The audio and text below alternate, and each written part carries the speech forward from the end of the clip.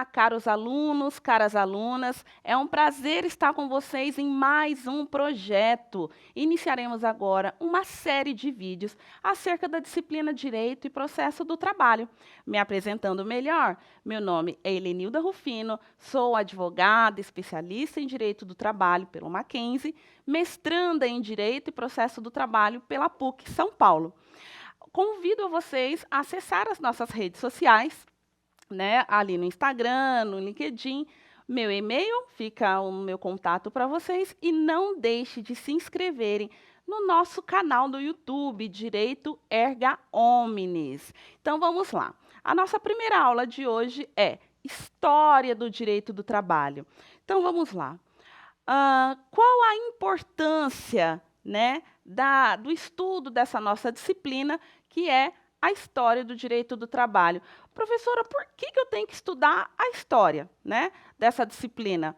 Vamos lá, meus queridos. O primeiro motivo, né, é conhecimento, é ir em busca do conhecimento acerca dessa disciplina especializada, que é acerca do direito do trabalho.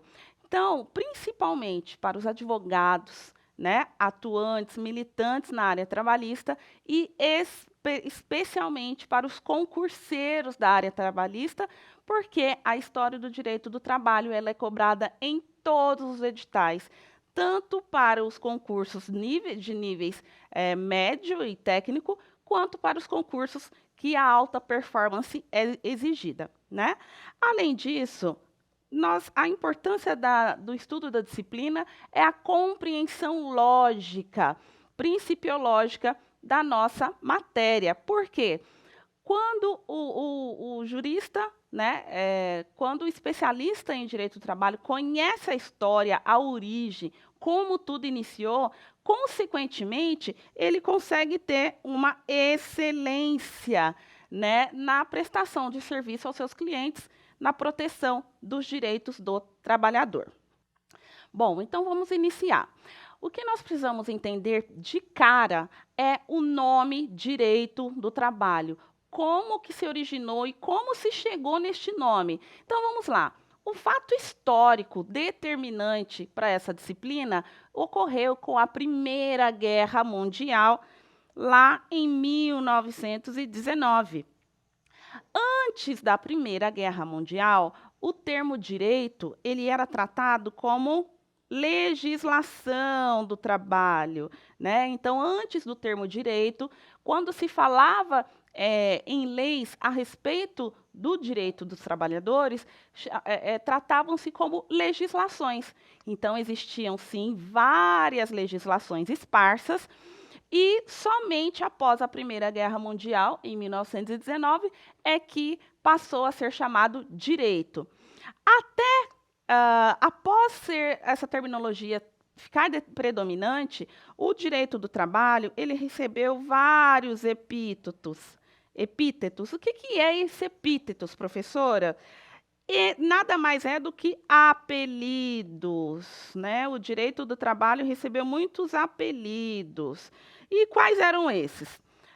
Direito operário, direito industrial, direito corporativo, direito social e direito sindical, até que se chegou no nome predominante, né, que nós temos hoje em direito do trabalho. E aí vamos entender um pouquinho mais a respeito do termo trabalho. O termo trabalho, né, no século XVIII, XIX, ele tinha uma conotação extremamente negativa. Por quê?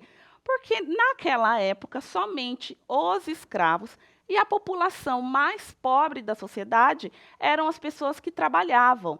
Então, para a elite da época, o trabalho ele era sinônimo de pena, de punição, de algo depreciativo, o que é completamente diferente do nosso cenário atual. Hoje, o trabalho, o acesso ao trabalho, a produção do seu sustento através do trabalho é sinônimo de honra, de orgulho e de dignidade, dignidade da pessoa humana, ok? Então, entendidos agora a terminologia direito do trabalho, prosseguindo, então está aqui o nome que hoje é hegemônico, é predominante nos dias contemporâneos, né? Direito do trabalho. E essa expressão, meus queridos, ela nasceu pela primeira vez constitucionalmente na Constituição de 1946, quando o direito do trabalho passou a pertencer de fato ao Poder Judiciário. Fale-me mais, professora, a respeito disso. Falo, vamos lá. Em 1946, o direito do trabalho ele pertencia ao Poder Executivo, né? Então, o que acontecia nessa época? O trabalhador ou o empregador, quando tinha uma demanda para ser resolvida com os seus empregados, eles procuravam o poder executivo daquela localização. No caso, mais recorrente, eram as prefeituras. E lá, o trabalhador ou o empregador, ele ia pessoalmente, com a sua pessoa, sem qualquer representante, e fazia ali a sua petição.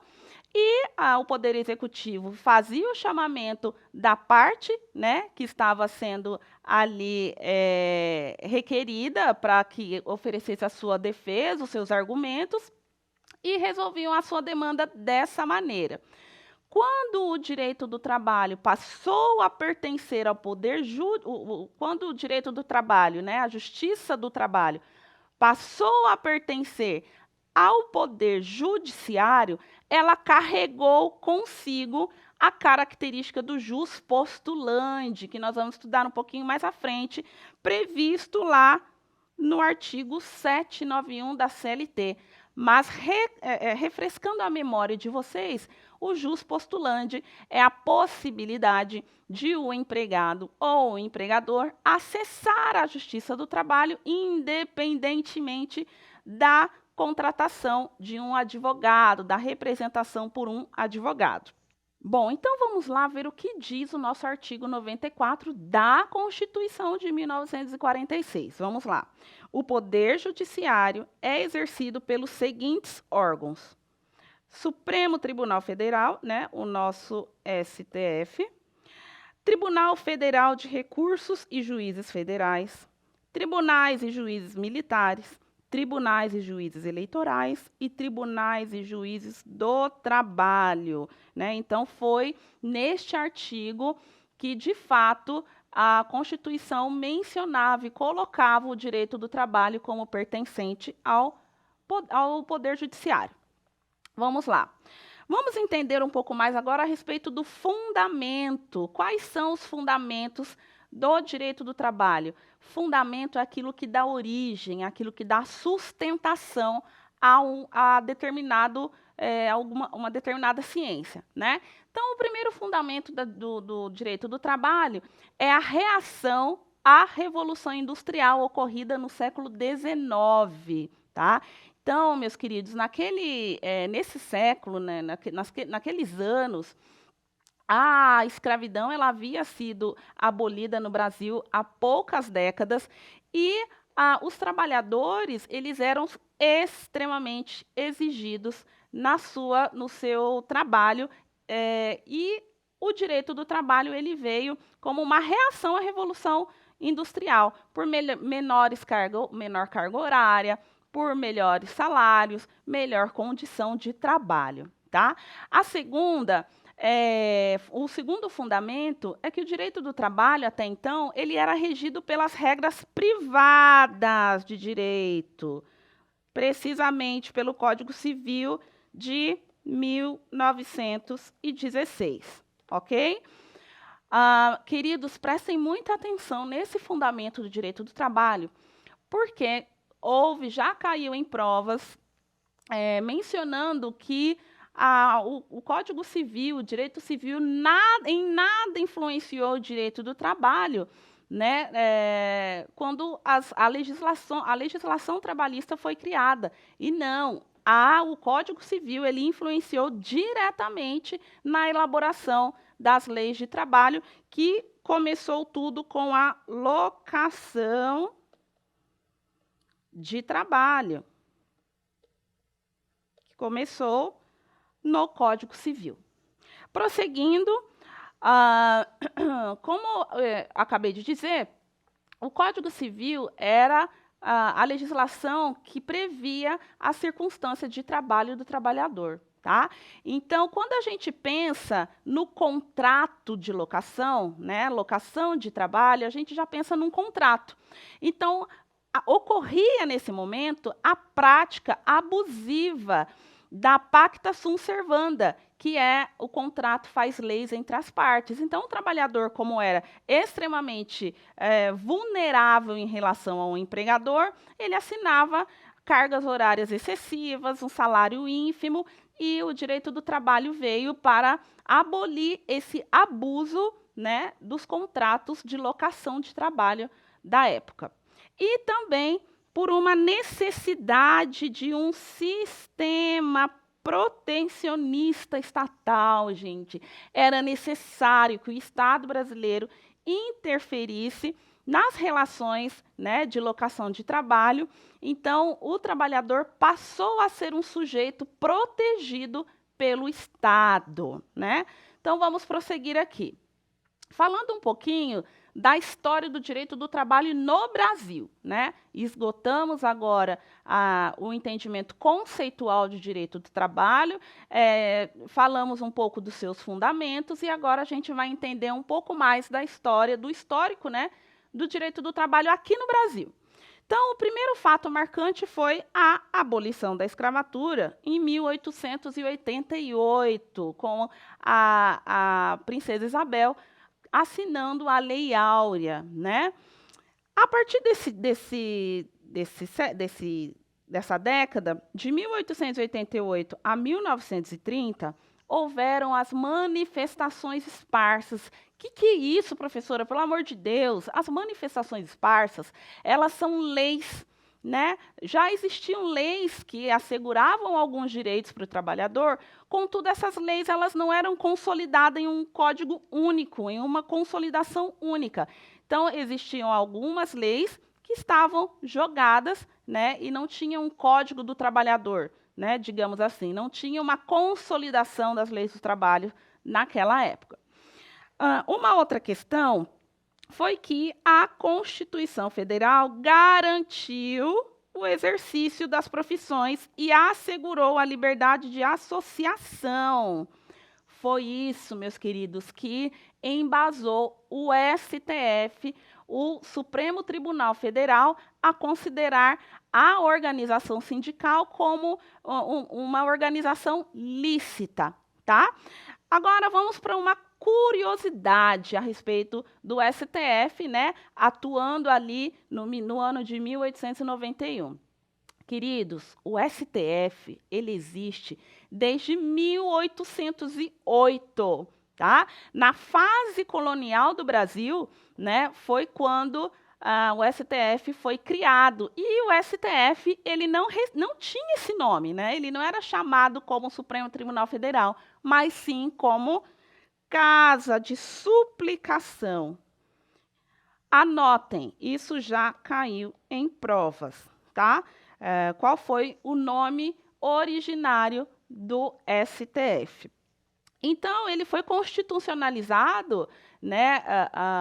O STF foi constitucionalizado em 1891, quando passou, né, a ser chamado Supremo Tribunal Federal, ok?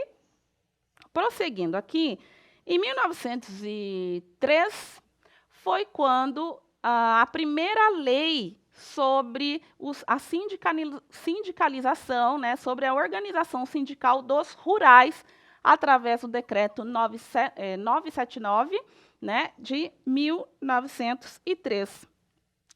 Também, queridos, nós tivemos, como havia dito, né, no slide anterior, o Código Civil, o primeiro Código Civil brasileiro, em 1916, que tratou da locação de serviços, né, locação de serviços de trabalho, das relações trabalhistas. Como aviso prévio, né, nós tínhamos aqui também o contrato determinado e por aí vai. Como eu havia dito, meus queridos, o Código Civil de 1916, ele teve extrema relevância na criação do direito do trabalho como nós conhecemos hoje, tá? Não deixem de anotar, isso caiu em prova. Vamos prosseguir agora. Tivemos também, em 1919, a criação do Instituto do Acidente de Trabalho e, neste mesmo ano, nós tivemos a criação da Organização Internacional do Trabalho, a OIT. Também é questão de prova, tá? O ano da criação da Organização Internacional do Trabalho. Prosseguindo, tivemos em 1923 o surgimento do Conselho Nacional do Trabalho, gente, que foi o embrião, né? Foi a gênese da Justiça do Trabalho aqui, tá? 1923. Prosseguindo, finalmente chegamos na Era Vargas, né? A Era Vargas, meus queridos, ela foi marcada por um período em que as leis trabalhistas elas passaram a ser aprimoradas, né? Vargas, o então presidente Getúlio Vargas, ele assumiu a presidência do Brasil e no mesmo ano ele criou o Ministério da Indústria e do Comércio. Prosseguindo aqui, vamos falar um pouquinho mais da Era Vargas, que ocorreu entre 1930 e 1945. Então, quais foram os marcos, né, desse período da Era Vargas? O marco foi a criação da carteira de trabalho, ocorrida em 1932, ocorreu a primeira Constituição, primeira Constituição, né, que foi em 1934, que teve maior autonomia em relação aos sindicatos. E também tivemos a criação da Justiça do Trabalho, que, como eu havia dito, não era integrante do Poder Judiciário. Falando agora, gente, nesse ano, né, na primeira Constituição da Era Vargas, que foi em 1934, lá em seu artigo 121, foi quando os direitos do trabalhador foi constitucionalizado. E por que eu peço para que vocês tomem nota dessas informações? Porque alguns direitos, todos os direitos, né, constitucional do trabalho, ele passou a pertencer à Constituição de 1900, a partir de 1934 aqui, tá? Então, existem direitos que, se nós não estudamos as constituições passadas, nós imaginamos que são direitos contemporâneos da Constituição de 1988, o que não é realidade. Então, vamos ver um pouco aqui o artigo 1º o parágrafo 1º do artigo 121, o que ele fala? Vamos lá. A legislação do trabalho observará os seguintes preceitos, além de outros que colinam com a condição do trabalhador. A proibição da diferença de salário de um mesmo trabalhador, de um mesmo trabalho, né, por motivos de idade, sexo, nacionalidade e estado civil. Prosseguindo, tivemos aqui o estabelecimento do salário mínimo, gente, o salário mínimo existencial. A ideia de um salário mínimo existencial partiu daqui de 1934, com o artigo 121, né, da primeira Constituição da Era Vargas. Prosseguindo aqui, na linha C, nós temos o trabalho diário, o estabelecimento, né, das 8 horas diárias, aqui na linha C. Seguindo para a linha D, nós tivemos a proibição do trabalho de menores de 14 anos, ok? Prosseguindo, nós tivemos também estabelecido o repouso hebdomadário. Repouso hebdomadário, de preferência aos domingos. E o que é, professora, esse descanso hebdomadário? Esse descanso, gente, nada mais é do que o descanso semanal remunerado. Ok? Prosseguindo aqui no artigo 121 da primeira Constituição, que constitucionalizou o direito do trabalho, em 1934. Vamos lá. A linha F, o que ela traz? Ela traz férias anuais. Na sequência, indenização ao trabalhador dispensado sem justa causa. Queridos, isso aqui já caiu em prova, tá? E a questão informava que a indenização ao trabalhador dispensado sem justa causa foi inicialmente prevista na Constituição de 1988, na nossa Constituição atual, o que não é verdade. Ela passou a ser prevista a partir de 1934, com a Constituição, primeira Constituição da Era Vargas. Prosseguindo na linha H, tivemos a previsão da assistência médica e sanitária ao trabalhador e à gestante, né, o descanso depois do parto. Tivemos também a previsão do regulamento do exercício de todas as profissões, além do reconhecimento das convenções coletivas de trabalho, tá? E no seu parágrafo 2, o que ele diz aqui? Para efeito desse artigo, não há distinção entre trabalho normal e o trabalho intelectual ou técnico entre profissionais respectivos. Gente, isso também caiu em prova dentro do mesmo contexto que eu havia dito. A proibição, né, a distinção de trabalho entre trabalho normal, trabalho intelectual, trabalho técnico, ela foi prevista inicialmente na Constituição de 1934. Tá? Então, não deixem de anotar essas informações. Continuando aqui na nossa matéria, nós vamos falar agora da criação da Justiça do Trabalho no Brasil. Tá? Então, queridos, aqui no Brasil vigoravam algumas leis esparsas. O que seriam essas leis esparsas? São aquelas leis soltas que eu havia dito, né, nos slides anteriores, e não eram consolidadas em um único código, né? Não eram ali estabelecidas como uma única consolidação. Então, a justiça que era responsável por dar efetividade a essas leis esparsas trabalhistas era a justiça comum. Tá? A justiça comum é quem dava a verdadeira efetividade nas leis trabalhistas na década de 1930. Com a chegada de Getúlio Vargas no poder, meus queridos alunos, projetou-se, né, a implantação de uma justiça específica. Né? Getúlio Vargas ele planejou uma justiça especializada para que trouxesse a efetividade dessas leis. Com isso, nasceu o Ministério Público do Trabalho, que começou a funcionar em 1939.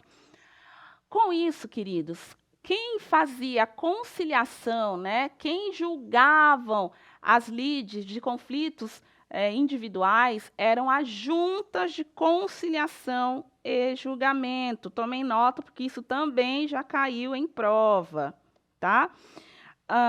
E quem fazia o julgamento das lides das empresas, da coletividade, era a Comissão Mista de Conciliação e Julgamentos, né, que julgavam aqui os conflitos coletivos. Bom, a Constituição de 1934, meus alunos, ela previu a instituição, né, de uma Justiça do Trabalho, tá? Que foi criada pelo Decreto 1237 no ano de 1939. E ela começou a funcionar precisamente no dia 1º de maio de 1941, data essa, né, 1º de maio, que hoje nós comemoramos o Dia do Trabalhador. E não é por acaso que o Dia do Trabalhador é 1º de maio, tá? A Justiça do Trabalho, ela foi lançada pelo próprio Getúlio Vargas, né, num ato público no estádio de São Januário, no Rio de Janeiro. Atenção, que também já foi questão de provas, ok? E ela a Justiça do Trabalho permaneceu vinculada ao Ministério do Trabalho, tá? Mas ela funcionava como um autêntico órgão judiciário. Tá? Então, ela executava plenamente ali as decisões, enviando recursos, que até então enviavam seus recursos para o STF, ok? 1943, a legislação trabalhista ela foi reunida em um único código específico. Foi aqui que nasceu a nossa CLT, Consolidações da Ação das Leis do Trabalho. A Constituição de 1946, meus queridos, ela introduziu a Justiça no Trabalho na composição oficial do Poder Judiciário, como já falamos nos slides anteriores. Dando sequência à criação da CLT, né? Agora a gente vai ver a criação da CLT, ela foi criada através do Decreto 5.452, no dia 1º de maio de 1943, foi sancionada pelo então presidente Getúlio Vargas durante o período do Estado Novo, tá? Durante o período do Estado Novo. Tomem nota dessa informação. A consolidação, ela foi assinada pelo então presidente, né, no estádio de São Januário, como nós havíamos dito, e esse estádio estava lotado para comemorar esse fato. Gente, a gente tem que entender, compreender e gravar na memória que Getúlio Vargas, aqui no Brasil, ele era considerado o pai da CLT, tá? Tamanha foi a sua influência nos direitos do trabalhador, que nós conhecemos até hoje, né, que dá frutos até hoje. Então, prosseguindo aqui, a consolidação, né, a nossa CLT, ela unificou todas aquelas leis esparsas que existiam. Lembra que eu falei que as leis esparsas são leis individuais que não são vinculadas a nenhum código. Então, a CLT ela veio para consolidar essas leis em uma única consolidação. E o objetivo principal da CLT foi regular as relações individuais e coletivas do trabalho, ok? Uma outra data, um outro marco importante que nós temos aqui é janeiro de 1942, em que o presidente Getúlio Vargas e o ministro do Trabalho, então Alexandre Marcondes Filho, trocaram as primeiras ideias sobre a necessidade de se fazer, né, ali um código trabalhista, que era considerado por eles, que acabou se tornando a consolidação, porque ela consolidou, literalmente, ela consolidou todas as leis que já existiam.